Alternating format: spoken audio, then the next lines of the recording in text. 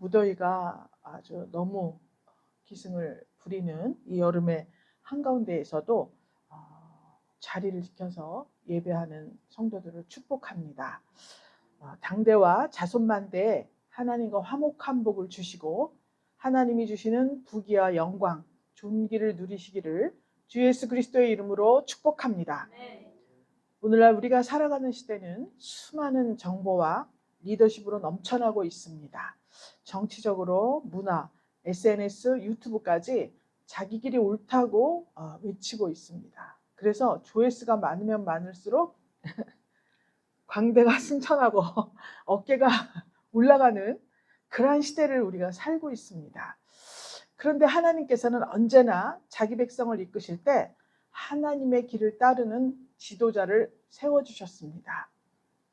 그래서 오늘 본문의 이 여호사밧 왕 우리가 읽었는데요. 이 여호사밧 왕이 그 대표적인 인물이라고 볼 수 있습니다. 오늘 이것은 구약시대 몇천 년 전 이야기예요. BC 약 871년에서 847년도에 있었던 일이지만 오늘날 하나님께서 우리에게 성경책에 이 기사를 적어놓고 우리로 보게 하신 것은 오늘날 우리가 살아갈 때 반드시 이 기사의 내용과 같이 이 주인공인 여호사밧 왕과 같은 그러한 마음과 중심을 가지고 살아갈 때 우리가 제일 좋아하는 5절에 보니까 저가 부귀와 영광이 극하였더라 기록이 되었습니다. 우리가 원하는 것이 이것이라면 하나님께서 어떻게 하면 이 여호사밧 왕의 길을 우리가 따라서 우리가 이 왕이 받은 복을 우리가 다 받고 누리고 또 흘러넘쳐서 나누고 섬기고 이렇게 할 때 하나님께서 영광을 받으실 것을 우리는 믿습니다. 그 여호사밧 왕은 힘이 아니라 말씀으로 나라를 세웠습니다. 그리고 국민들에게 백성들에게 또 밖으로 인기보다는 순종을 택했습니다. 그의 삶은 성도된 우리에게 깊은 영적인 기준과 도전을 주고 있어요. 이와 같이 한 나라가 번성하기 위해서는 지도자의 역할이 절대적입니다. 영적으로 우리는 하나님 나라를 생각하고 그 하나님 나라 백성이 되었을 때 그 역할을 잘 감당하기 위해서 힘쓰고 애쓰고 있습니다. 그렇다면 오늘 이 가정에서는 먼저 믿은 사람이 지도자가 될 수 있습니다. 또 교회 공동체에서는 목사나 직분자, 또 교사나 또 직분자들이라고 볼 수 있습니다. 이 성경에 나오는 모든 왕들은 우리가 생각할 때 성도라고 볼 수 있습니다. 왕과 제사장이 따로 있었죠. 선지자들이 따로 있었습니다. 그래서 선지자나 선견자나 제사장 이런 사람들은 지금으로 말하면 목회자들입니다. 그 다음에 여기에 나오는 이 왕들은 왕 같은 제사장으로서의 성도를 상징하고 있어요. 그래서 여호사밧 왕의 이 일은 또 마음과 중심은 곧 우리 회중들, 하나님의 백성, 성도된 우리의 마음이라고 그렇게 볼 수 있습니다. 이것을 잘 생각하시면서 오늘 이 본문을 연구하고 또 연구해서 어떻게 하면 내가 이 여호사밧 왕이 받은 복을 누리고 또 주위 열국에서도 강성하여져서 열국에서도 모두 다 조공을 가지고 여호사밧 왕에게 바쳤다고 했습니다. 그러니까 하나님의 말씀을 잘 순종할 때 하나님과의 관계가 좋아지고 이웃과의 관계가 좋아지는데 이웃에서 조공을 바쳤다 그러면 영권이 있는 거잖아요.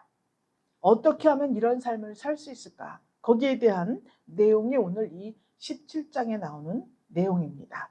시대적으로 배경을 보면 오늘 이 여호사밧 왕은 남유다, 남과 북이 갈렸죠. 북쪽은 이스라엘이라고 하고 남쪽은 유다라고 합니다. 북이스라엘의 10지파가 그리로 가버렸어요. 남유다에는 유다와 베냐민 지파 2지파밖에 없습니다. 그런데 이 남유다의 초대 왕이 솔로몬의 아들 르호보암이에요. 그 다음이 그의 아들 아비야, 그 다음이 그의 아들 아사, 그 다음에 4대째 이 지금 오늘 우리가 연구할 여호사밧 왕이 유다의 4대 왕입니다. 이 여호사밧 왕은 25년 동안 남유다를 다스렸어요. 북이스라엘은 여러분 잘 아시는 아합 왕 있죠? 아합 왕. 북이스라엘에서도 우리 지난 시간에는 바하사 왕과의 격투가 있었습니다. 그런데 이 바하사가 엘라 자기 아들에게 물려줬는 엘라라는 사람이 반역을 일으켰어요. 시므리가 또 반역을 일으켰어요. 오므리가 또 반역을 일으켰어요. 이렇게 해서 지금 아합 왕, 오므리의 아들이 아합 왕인데 아합 왕, 아하시아 그의 아들 그의 손자 여호람 요 시대하고 지금 맞물려 있는 그러한 시대입니다. 그래서 남북이 이렇게 있지만 남유다는 하나님께서 혈통으로 이어가게 하셨고 북이스라엘은 계속해서 반역으로 그렇게 왕위를 이어가 아주 그 하나님 앞에 좋지 않은 면모를 보이는 그러한 행태를 보이고 있습니다. 여호수아에 붙인 아사 왕 때까지는 북이스라엘하고 계속 긴장 관계에 있었어요. 전쟁을 하다 또 평안하다 또 전쟁을 하다. 그런데 이 여호사밧 왕 때부터는 상당히 우호적인 관계로 돌아섰습니다. 왜 그러냐면 북이스라엘에서 오므리가 왕이 되었을 때 가만히 보니까 남유다하고 전쟁 상태에 있는 왕들은 다 좋지 못한 결과를 가져와요. 자꾸 전쟁을 하니까 국력도 낭비되고 재물도 손실되고 여러 가지 안 좋은 그런 것들이 많이 있었어요. 그래서 바꿨습니다. 친유다 정책을 해야 되겠다. 그래서 친밀하게 지내고 적대시하지 않고 서로 교제를 하면서 각자의 위치를 인정하고 이렇게 친유다를 정책을 해야겠다. 그래서 서로 친밀하게 되어서 우호적인 관계를 유지하고 있을 때입니다. 여호사밧 왕이 오늘 이 본문에 나온 여러 가지 정책들 중에서 어떻게 했냐. 군사적으로는 수비대를 증강시키고 군사력을 강화하고 국고성을 짓고 또 여러 성체를 건축하고 하면서 아주 굉장히 군사적으로 치밀하고 준비된 그러한 역할을 감당했습니다. 종교적으로 보면 우상을 타파했어요. 그리고 붙인 아사왕 때에도 하지 못했던 산당들이 있습니다. 우리나라 같으면 이게 성황당 막 이런 거 있죠. 산에 가면 막 바위에 막 이름 써놓고 여기 적성 쪽으로 가서 무슨 산에 갔는데 큰 절벽 거기에 막 이름들이 무슨 막 글씨가 써 있고 바위에 초 있죠. 촌농들이 거기 야단 법석이에요. 거기 가서 아마 이거 이렇게 빌고 막 했는 것 같아요. 이런 곳곳에 이런 시설들이 이때에도 산당이라고 있었습니다. 산꼭대기에 단을 만들어 놓고 거기서 제사하고 이런 산당들을 전부 제거해 버렸습니다. 정치적으로는 이스라엘과의 관계 속에서 우호적인 관계를 유지하기 위해서 이웃과 화평을 누리기를 원했죠. 이런 방법을 택했습니다. 사법개혁을 다 공정하게 그렇게 개혁을 했습니다. 근데 가장 중요한 게 뭐였냐면 교육정책이었습니다. 율법, 하나님의 말씀, 율법을 가르치는 것을 체계화시켰습니다. 그래서 여기서도 가르치고 모든 성업을 순행하면서 가르치고 이렇게 교육정책에 탁월한 실천력을 갖추게 되었습니다. 그 결과 하나님께서 부귀와 영광을 극에 달하게 하셨다 그랬습니다. 그냥 주는 것이 없어요. 하나님께서는 하나님이나 이 세상이나 우리 모두의 인생에서 공짜는 없습니다, 여러분. 내가 어떤 혜택을 받았으면 반드시 내가 베풀 날도 오는 거예요. 그 관점을 가지고 해야지 무조건 받는 것만 좋아해서는 되지를 않습니다. 이렇게 하나님께서 이 여호사밧 왕 하나님의 인정받는 왕이 되면서 지도자의 아주 자질을 탁월한 그런 준비로 그렇게 하나님께 올려드립니다. 그랬더니 국가적인 복으로 하나님께서 연결시켜 주셨습니다. 그래서 우리가 불편하고 우리 마음에 들지 않는 어떤 시대적인 그러한 환경에 있다 하면 나라를 탓하고 지방 관리들을 탓하고 대통령을 탓하고 이럴 것이 아니라 성도 한 사람이 먼저 하나님 앞에 이 여호사밧과 같이 자기 인생 속에서 다방면으로 이러한 개혁과 실천이 필요하다. 이것을 볼 수가 있습니다. 우리 인생은 여기서 끝이 아닙니다. 이 세상에 소풍 나왔다 그래요. 소풍 나왔다고 합니다. 우리가 이 세상에 소풍을 나왔어요. 또 나그네와 같은 삶이라고 이 세상 우리 인생을 표현하고 있습니다. 영원하신 하나님과 함께 영원히 사는 그날이 우리를 기다리고 있습니다. 거기는 눈물도 없고 한숨도 없고 이제 기쁨과 찬양밖에 없습니다. 순간 오늘 하루 나의 선택이 얼마나 중요한 결과를 가져오는가를 잘 생각하면서 살아야 할 것입니다. 오늘 이 여호사밧 왕의 행한 일들을 하나씩 한번 보도록 하겠습니다. 이 3절에 보니까 1, 2절에서는 군대를 주둔시키고 영문을 주었다 그랬습니다. 3절에 보면 여호와께서 여호사밧과 함께 하셨으니 이는 저가 조상 다윗의 처음 길로 행하였다 이렇게 기록이 되어 있습니다. 그러니까 가장 우선적으로 하나님께 왕의 복을 받고 국가적으로 복을 받은 비결이 뭐냐면 다윗의 처음 길을 따랐다 이렇게 기록이 되어 있습니다. 사무엘상 17장에 보면 다윗과 골리앗의 싸움이 나와요. 처음 다윗이 싸운 거예요. 블레셋과. 이 다윗이 사무엘에게 기름 부음을 받았죠. 그리고 나서 사울 왕이, 그 당시의 왕이 사울 왕이었습니다. 그 사울 왕이 악신이 들렸다 이렇게 기록이 돼 있어요. 악신이 들려갖고 막 괴로워하니까 사람들이 왕께 건의를 합니다. 저기 가면 그 다윗이라는 목동 소년이 있는데 그가 수금을 타면, 수금을 잘 타는데 그 수금을 타면 악신이 물러가고 아주 하나님의 성령이 충만한 그런 소년이 있다고 합니다. 불러다가 수금을 한번 타게 하시면 악신이 물러가지 않을까 싶습니다. 건의를 했습니다. 그랬더니 사울왕이 당장 데려와라. 그래서 다윗이 기름 부음을 받고 그 즉시 왕이 된 것이 아니라 왕궁으로 불려가게 되었습니다. 그래서 사울왕 앞에서 악신이 들린 사울왕 앞에서 수금을 싹 탔습니다. 그랬더니 그만 사울왕에게 있던 악신이 물러가 버리고 사울왕이 온전한 정신을 가지게 되는 거예요. 그런데 이렇게 왕궁을 들랑달랑거리고 있을 때 엘라 골짜기라고 하는 곳에서 블레셋 군대들이 쳐들어왔습니다. 그래서 엘라 골짜기에 진을 치고요. 거기에서 블레셋 사람이 40일을 거인 용사 골리앗이죠. 그가 성경에 어떻게 기록이 되어 있냐면 싸움을 도두는 자 이렇게 기록이 되어 있습니다. 싸움을 도둔다 하는 것은 먼저 양쪽 군대가 있으면 사기가 충천해야 승리할 수 있습니다.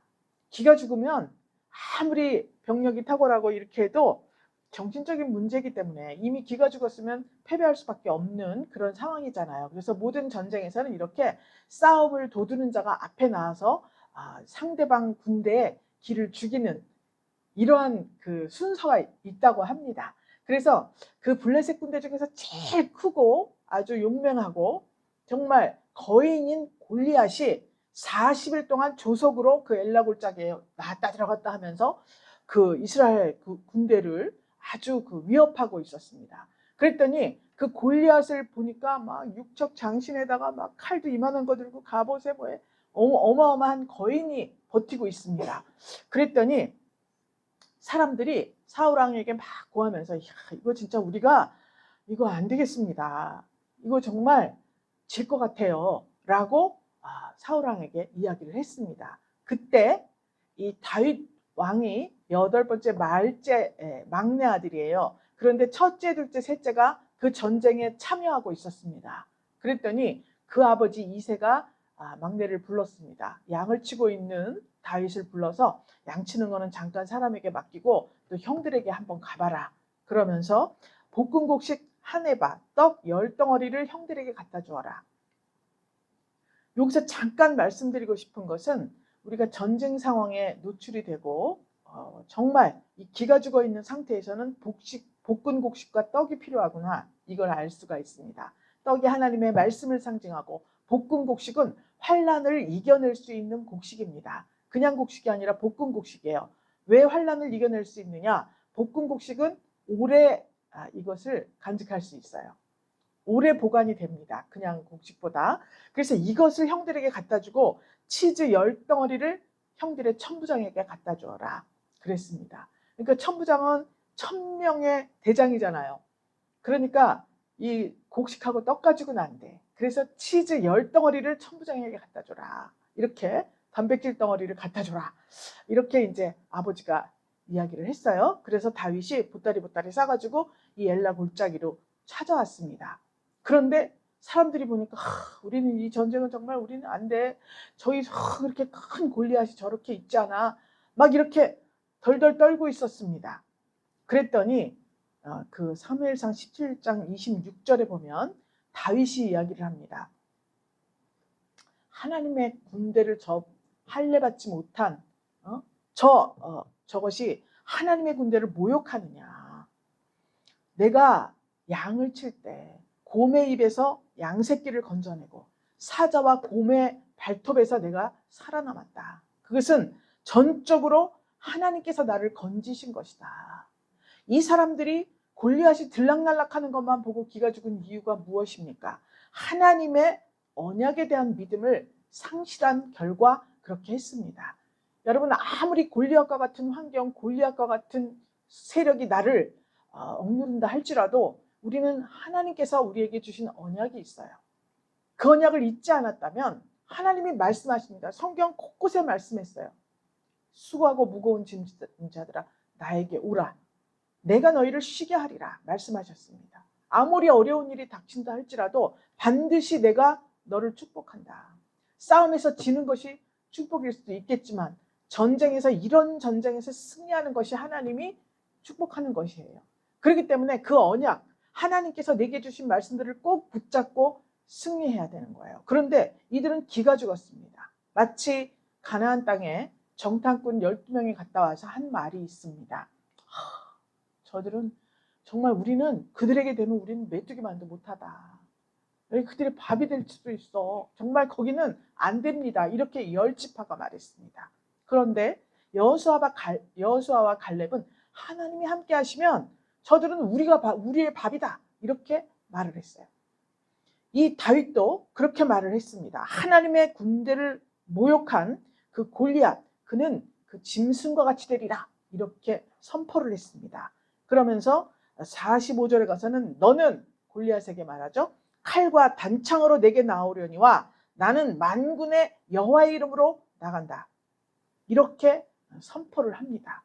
그리고 물맷돌을 가지고 나가요. 물맷돌은 이렇게 생겼습니다. 이렇게 동그랗게 가죽을 하고 여기 끈이 이렇게 있어요. 손잡이가 있습니다. 여기다가 돌멩이를 넣고 막 돌리다가 탁 놓으면 이게 날아가요. 그런데 다윗이 이게 특기예요. 왜냐하면 양을 칠 때 각종 짐승들이 막 이렇게 양을 뺏어가려 할 때 물맷돌로 이렇게 해서 많은 짐승들을 퇴치한 적이 있거든요. 그래서 다윗은 이 물맷돌에 등한 자가 된 거예요. 그래서 그래 나는 만군의 여호와의 이름으로 나간다. 그러면서 가서 물맷돌을 들여서 치니까 이 골리앗 정수리에 칼 한 번 쓰지 않았는데 탁 맞아서 골리앗이 그만 칼 이렇게 들어보지도 못하고 죽어버리고 말아요. 이것이 다윗의 처음 길입니다. 다윗이 처음 여호와 하나님의 이름으로 나아가 싸워서 승리한 장면이에요. 그런데 이 여호사밧 왕이 다윗의 처음 길을 따랐다. 이렇게 기록하고 있습니다. 그 하나님의 이름으로 나간다. 그러면 하나님의 이름으로 나간다는 것이 무엇이냐? 하나님의 이름으로 나가는 하나님의 사람이 하나님의 말씀이 속에 없으면 그냥 허당입니다. 허당. 하나님의 이름으로 나아간 다윗의 처음 길을 따랐다고 하는 것은 하나님의 말씀 중심의 그러한 성품과 인격과 그러한 믿음을 가졌다는 것을 말씀하고 있어요. 그러면 우리의 신앙에도 이 처음 길이 있어야 합니다. 여러분들이 오늘날 이렇게 무더위에도 불구하고 남들 다 휴가 가는데 예배당에 오시고 또 멀리서 이 영상을 틀어놓고 그 영상에 정말 이렇게 우리가 대면에서 예배 드리는 것 같이 옷을 차려입고 탁 앉아서 영상으로 예배를 드립니다. 거의 우리 고양이들이 2마리가 있는데 그들도 같이 예배를 드려요. 이렇게 보고 있습니다. 설교 장면이 나오는데 이렇게 보고 있다가 한번 딴 걸 탁 들어보면 탁 돌아보는 선교사님은 왜 딴 거 트냐 이거예요. 네, 똑바로 보고 있습니다. 보통 일이 아닙니다. 지금 하나님께서 여러분들에게 복을 주시는 장면이에요. 우리가 처음 길이 있는데 주님 처음 사랑했을 때 내가 어땠는가. 어쩌면 교회 오는 길에 때로는 좀 감격을 잃어버린 그러한 시간들도 있었을 테고 또 왔다 빨리 가면서 다른 생각을 할 때도 있을 거고 습관적이 되었을 수도 있습니다. 그렇지만 오늘 하나님께서는 우리에게 나를 처음 사랑했을 때 네 모습을 생각해라. 정말 불안하고 의지할 곳 없을 때 우리가 눈물로 하나님께 예배했던 그 시절을 기억해야 하는 것입니다. 여기서는 다윗의 처음 길이지만 우리는 우리의 처음 하나님께 예배하던 그 길, 그날을 생각하면서 하나님께서 오늘날 얼마나 우리에게 복을 주셨는가. 우리의 삐뚤어진 마음, 부족한 마음, 어리석음, 이 모든 것을 하나님께서 감싸주시고 그럼에도 불구하고 함께 하시면서 계속 오늘까지 인도해 주시는 우리 하나님, 그 하나님을 생각하면서 다시 한번 우리 마음 깊이 하나님을 사랑하고 하나님을 의지하고 하나님 이 처음 길로 돌이켜 주세요. 처음 하나님 앞에 눈물을 흘리며 간구했던 그 시절로 나를 돌아보게 해주세요. 간구할 때 하나님께서 정말 이 여호사밧 왕처럼 처음 마음을 회복할 때 하나님께서 다시 더 큰 역사로 우리들과 함께 하실 줄 믿고 축복합니다. 자, 1절에서 6절까지 이렇게 여호사밧 왕이 하나님께 다윗의 처음 길을 따랐다고 이야기를 하고 그 결과 아주 극에 달한 부귀와 영광을 누리게 되었다 말씀을 했습니다. 그러면 여호사밧 왕이 이 극에 달한 부귀와 영광을 얻고 한 일이 무엇인가? 군사나 세금제도나 이런 것에 앞서서 말씀 교육을 통치의 중심으로 삼았습니다. 여기 보니까 위에 있은 지 3년에 여러 성읍에 가서 가르치게 하고 하나님의 율법책의 말씀을 가르치게 했다 그랬어요.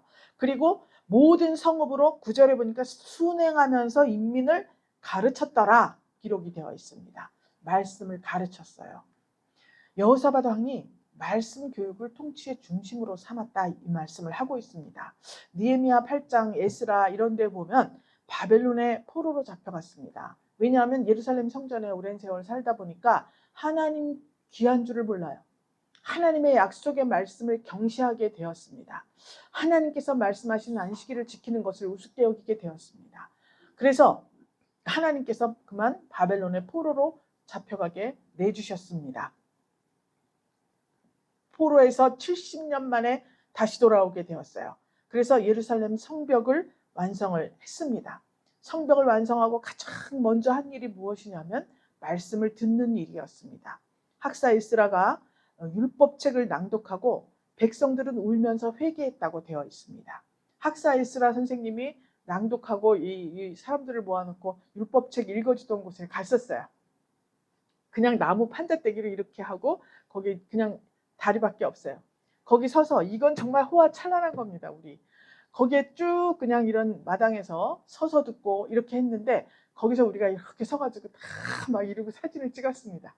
사진을 찍으면서 우리가 정말 말씀 없이 사는 자들에게 이렇게 하나님의 말씀을 일깨우고 선포하고 또 지금은 성령 시대이니까 성령이 열어 보여주신 말씀을 이렇게 선포할 때 사람들이 하나님 앞에 회개하고 돌아와야 할 텐데 라는 생각을 하면서 허름한 그 학사 에스라가 쓰던 그 강대상에서 우리가 다 기념사진을 찍고 다시 한번 이 목회자로서의 영성을 다지는 그런 시간을 갖고 왔습니다. 에스라가 율법책을 막 낭독했어요. 그랬더니 백성들이 울었습니다. 회개했습니다. 회개한다고 하는 것은 하나님의 아는 상식을 바꾸었다는 거예요. 포로로 70년 동안 쫓겨났습니다. 그 쫓겨난 사람들의 심정은 방치당한 것과 같은 심정이었을 거예요. 거기서 끝나는 줄 알았는데 하나님께서 여러 선지자들 통해서 반드시 70년 만에 돌아오게 할 거다. 그런데 여러분 70년 후에 하신 약속을 70년 후에 이루어 주신다고 하는 말씀을 우리가 과연 그것을 정말 믿음으로 가질 수 있을까요? 우리는 성격이 너무 급해요. 지금 당장 내 앞길, 내 눈앞에 벌어지는 일만 고대하고 기대할 수가 있습니다. 그래서 어느 사람은 믿고 어느 사람은 믿지 않고 그럼에도 불구하고 70년 후에 하나님은 약속을 지키신 거예요. 왜 그랬어요? 믿는 사람들 때문에 그렇습니다. 믿었기 때문에 그 말씀대로 이루어 주신 거예요. 그 돌아와서 한 일이 말씀을 가르쳤는데 히브리서 4장 12절에 보면 하나님의 말씀은 살았고 운동력이 있어 좌우에 날선 어떤 검보다도 예리하여 혼과 영과 및 관절과 골수를 찔러 쪼개기까지 하며 또 마음의 생각과 뜻을 감찰하나니 이렇게 기록이 되어 있습니다. 하나님께서 말씀 율법책을 낭독하고 여호사밧 왕처럼 각 성읍을 돌면서 말씀을 가르치게 한 이유가 무엇입니까? 우리를 만들기 위해서 그렇습니다. 하나님의 백성들을 만들기 위해서 그래요. 여러분, 칼은 사람을 죽이는 데만 사용되는 게 아니에요. 필요 없는 거 잘라내고 아름답게 조각을 하기도 하고 용도가 다양합니다. 이 칼, 하나님의 말씀, 좌우의 날선 어떤 검보다도 예리한 하나님의 말씀으로 우리의 혼과 연과 골수 정말 찔러 쪼갠다고 하셨어요. 마음의 생각과 뜻을 감찰하신다. 우리는 우리도 모르는 생각, 우리도 모르는 말, 우리도 모르는 행동을 할 때가 있습니다. 하나님께서 이것을 다 찾아내신다는 거예요. 그래서 하나님의 말씀이 우리 안에 있으면 저절로 하나님 앞에 또 사람 앞에 존귀함을 받는 사람이 될 수밖에 없는 이유가 바로 이 말씀의 역할 때문에 그렇게 되는 것입니다. 할렐루야. 말씀을 묵상하면 나의 숨겨진 죄를 드러내고 다시 회복을 시작하시는 그 하나님을 만나게 됩니다. 모두 다 이 말씀을 우리에게 주시는 그 하나님과 만나시기를 주 예수 그리스도의 이름으로 축복합니다. 말씀이 무너지면 가정도 무너지고 교회도 나라도 흔들립니다. 이스라엘 역사 속에서 살펴보면 외적으로는 숫자도 약하고 참 든든하지 못한 약소국에 속합니다. 그렇지만 하나님의 말씀에 순종할 때 강국들을 전부 물리치고 승리하는 역사를 우리가 볼 수가 있습니다.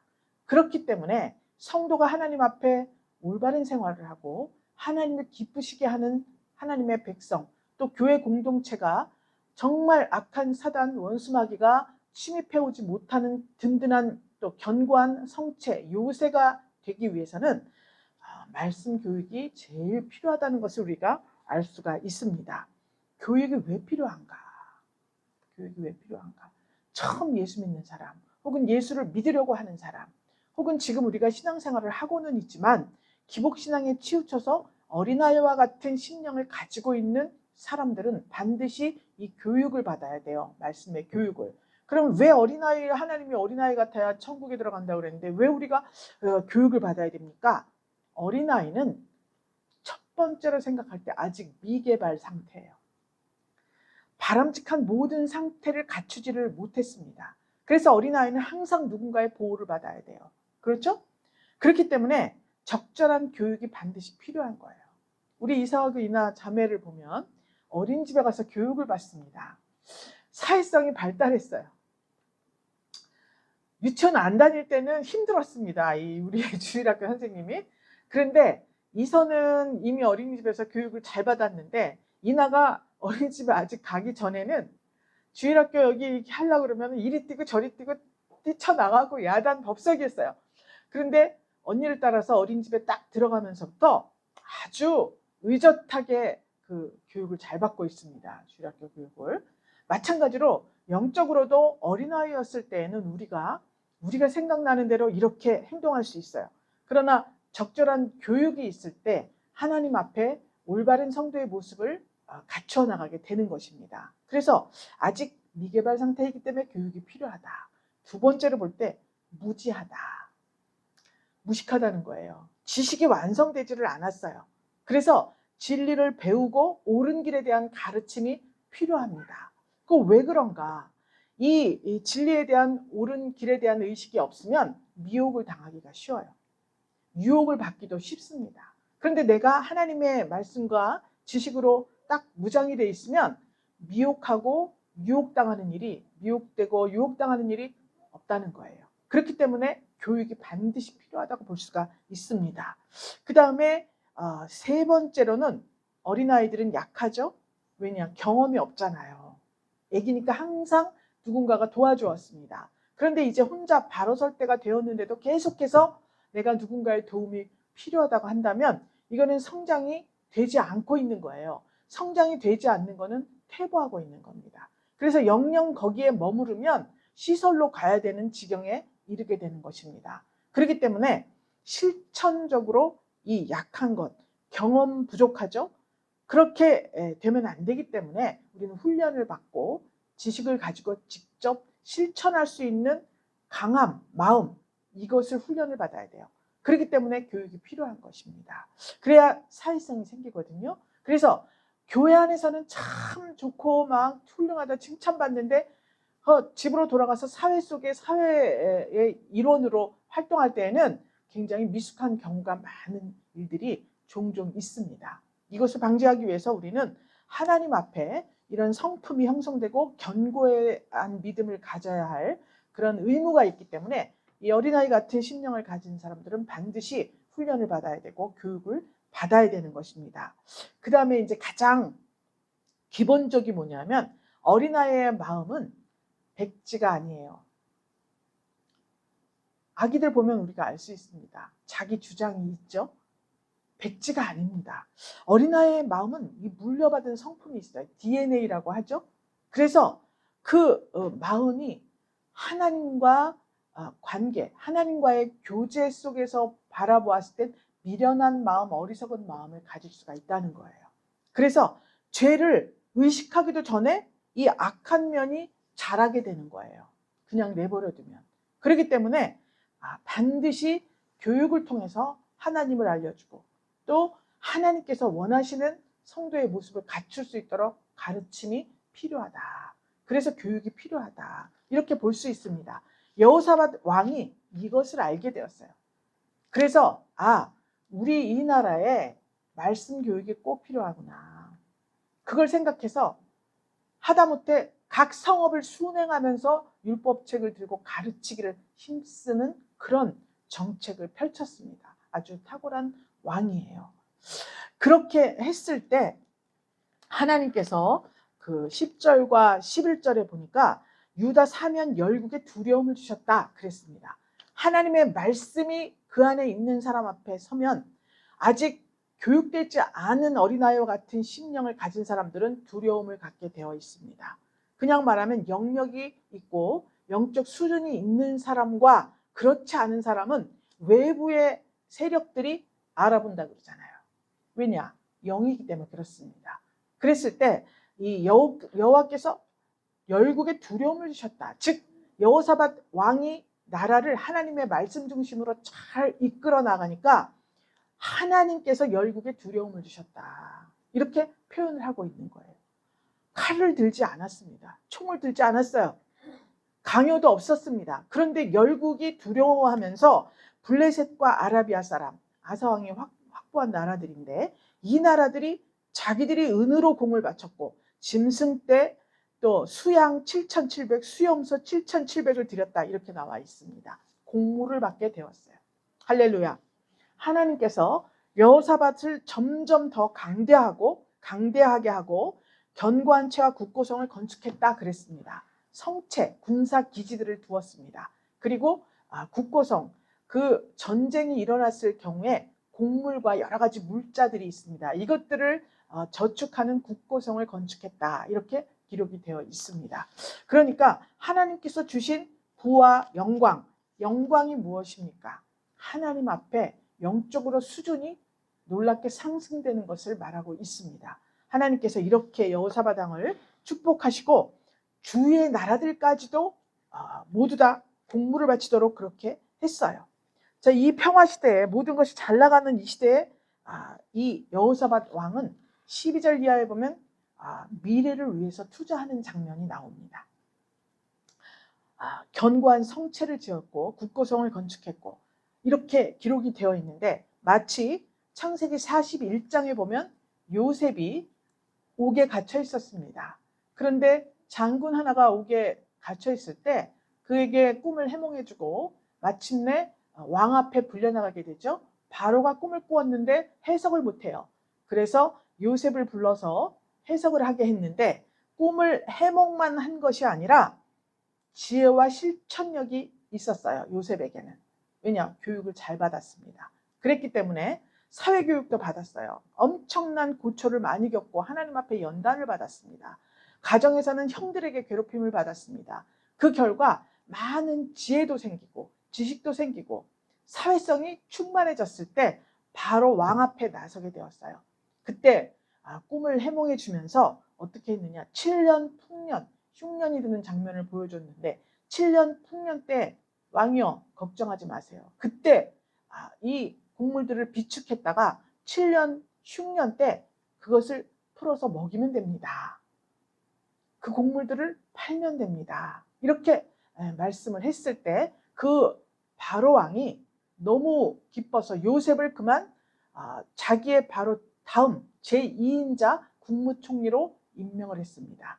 그래서 요셉이 각고를 다 돌면서 그 수시로 나라 상황을 살피고 또 많은 사람들이 곡물을 사러 왔을 때 많은 재물을 거두어서 바로왕 앞에 드렸다. 이렇게 기록이 되어 있습니다. 아비야 왕 때에는 40만 군대가 있었어요. 아사 왕 때에는 58만 군대가 있었습니다. 그런데 이 여호사밧 왕 때에는 우리가 보니까 뭐 큰 용사 30만, 28만, 20만, 20만, 18만 잘 또 왕들이 두었다니까 120만 정도의 군대를 형성을 했습니다. 그래서 군사력도 증강시키고 군사 물자도 저축을 하고 성도들에게 백성들에게는 말씀을 잘 가르치고 얼마나 좋습니까? 나라 곳곳에 있던 산당들 다 때려부수고 가정적으로 사회적으로 국가적으로 이러한 인재가 오늘날 필요합니다. 그 인재가 우리 분이엘 권속들 여러분들이 되시기를 주 예수 그리스도의 이름으로 축복합니다. 하나님과 또 이웃과 신뢰와 친교가 있어야 되고 진실과 믿음이 통용되는 사회, 소리 없는 전쟁이 많이 일어나고 있습니다. 총칼만 들었다고 전쟁이 아니에요. 무역전쟁, 무슨 전쟁. 이 소리 없는 전쟁, 이 공포와 두려움에서 벗어나기 위해서 우리가 할 일이 무엇인가?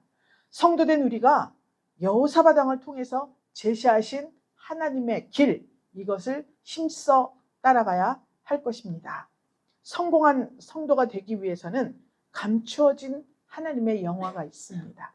하나님께서는 무엇인지 찾으라, 구하라, 두드리라 말씀하셨습니다. 잘 살펴서 하나님의 영화가 왕의 영화, 즉 여러분들의 영화가 되어 자손 만대의 이 복을 누리고 또 많은 이들에게 큰 지대한 영향력을 끼치는 귀한 역사가 여러분들의 신령과 가정과 직장 속에 임하시기를 주 예수 그리스도의 이름으로 축복합니다. 하나님 감사드립니다. 우리는 미련하고 어리석어 하나님을 알지 못하는 시대를 살았던 적이 있습니다. 그때 하나님께서 우리를 고와 같이 버려두지 아니하시고 부르시고 복을 주시고 우리 마음속 깊은 곳에서 회개할 수 있는 귀한 기회를 주신 것을 감사드립니다. 처음 주님을 만났을 때 흘렸던 눈물과 그 사랑과 그의 끓는 하나님을 향한 갈망이 다시 한번 우리의 심령을 만져주시기를 간절히 간구드립니다. 주님 붙잡아 주시어서 하나님 이 무더위가 끝나고 찬바람이 불 때 좋은 열매를 맺어 우리 하나님 앞에 올려드리며 왕의 영화를 이 세상과 하나님 세계와 모든 민족에게 나타낼 수 있는 빛을 발하는 분이엘 성도들이 다 될 수 있도록 한 주간 주의 성령으로 충만하게 하여 주시옵소서. 축복하며 살아계신 예수 그리스도 이름으로 기도 올리옵나이다. 아멘.